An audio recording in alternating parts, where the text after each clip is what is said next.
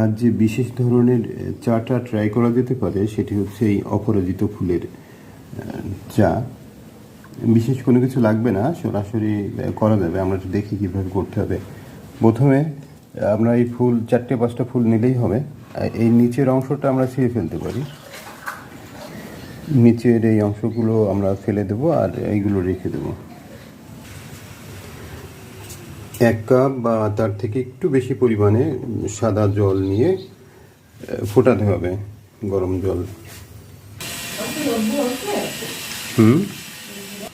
এবার একটি পাত্রে ওগুলো রেখে তারপর আমরা ফুলগুলো দিয়ে দেবো। ফোটালেও হবে, তবে এইভাবে দিলেও কোনো সমস্যা নাই। এরপর একটি চামচ দিয়ে একটু উঠে নিয়ে এবং অল্প একটু সময় রাখতে, হয়তো 2 মিনিট রাখলেই হবে।